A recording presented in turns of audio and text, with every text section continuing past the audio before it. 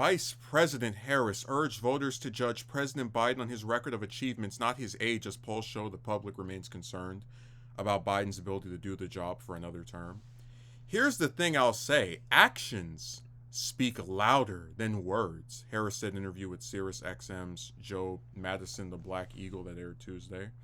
So I just say to folks, listen, let's not get distracted. Let's look at whether we have a president who has actually produced and followed through on his commitments, and especially on longstanding issues that need to be addressed, Harris continued. Joe Biden has done that. That's the measure of the man, not what's on his birth certificate in terms of his age. Biden will turn 81 this month, and he would be 86 at the end of a potential second term in office. Polling has for months shown that many voters, including Democrats, believe Biden is too old to effectively serve another term in the White House. That polling has, in some cases, led to increased scrutiny of Harris as Biden's running mate, as the president works to inject enthusiasm in his campaign ahead of a likely rematch against former President Trump. Harris's comments echo those Biden and other White House officials have repeatedly made in response to polling about the president's age. They argue that Biden should be judged on his record and his ability to do the job, pointing to a list of legislative accomplishments such as the Inflation Reduction Act and bipartisan infrastructure law. Some Democrats have also noted that Trump, the frontrunner for the GOP nomination, is 77. The vice president's comments came days after a New York Times Siena College poll found Trump leading Biden in 5 out of 6 primary states, 5 out of 6 battleground states in a hypothetical head-to-head matchup. Now, it's always important to understand that the vice president, in pretty much every instance, is basically a glorified cheerleader slash president in waiting for the president. So there's nothing they're going to say that will be not in the president's favor. That's true with basically all of them in recent history. Now, where Harris says, let's look at whether we have a president who has actually produced and followed through on his commitments, and especially on longstanding issues need to be addressed. Okay, well, if we're doing that, you have some people who could point to promises that he made regarding, for example, student loan debt forgiveness and him backtracking on that, him saying that he wanted a public option in healthcare, which he never followed through on.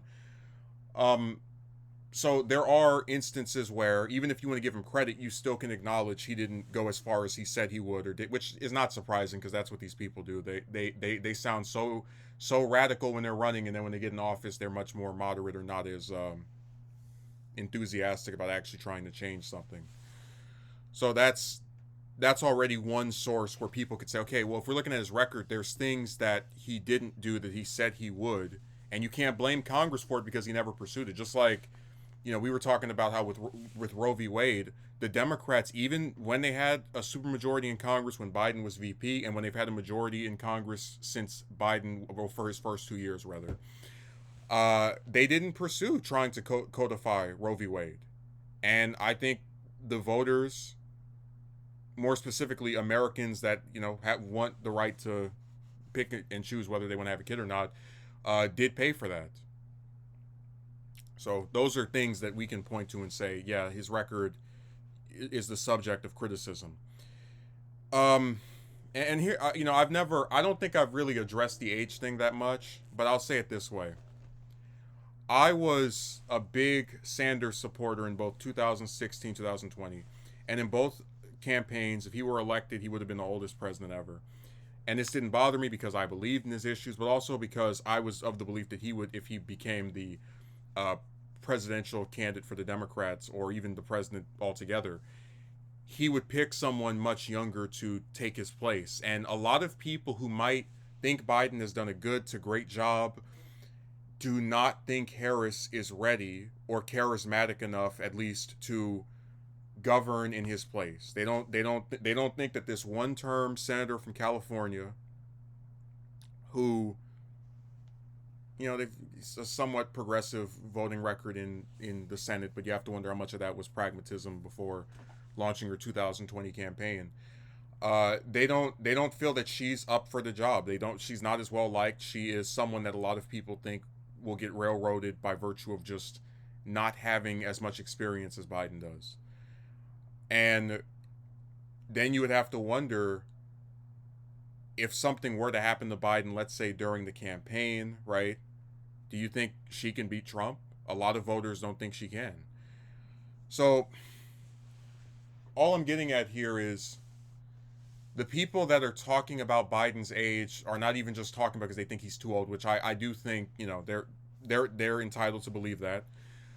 But also they don't think she's the right person to replace him. And they basically been stuck in this position where they don't like Trump, but they also don't like the idea of giving an 81-year-old man another 4 years in office where something might happen to him and then this lady that they don't particularly like might end up taking over for him. So it's really just a grand scheme of negative consequences altogether. You either vote for a person that's over 75 years old for a term in office of 4 years, or you, I guess, hope that one of these people that, they call them the long shot candidates, will be able to defeat that person. And I do think that if Trump loses the primary, which I think he's going to win it, but just for example, if someone like DeSantis or Haley or Ramaswamy ends up being the nominee, which they won't, but just as an example, they are most certainly going to say, you even heard with Haley, new generational leader. So his age is something that people have focused on. I think there is some credibility to it. And, I'm not his biggest fan, but I don't hope anything happens to this man. But again, keep in mind that he is elderly.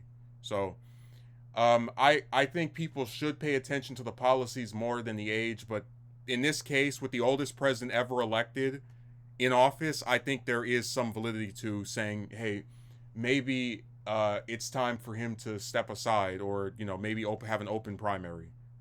But they're just not willing to let go of power. This is a man who wanted to be president his entire life, and he's finally got it. So he's trying to make sure he can stave off leaving the White House for as long as possible.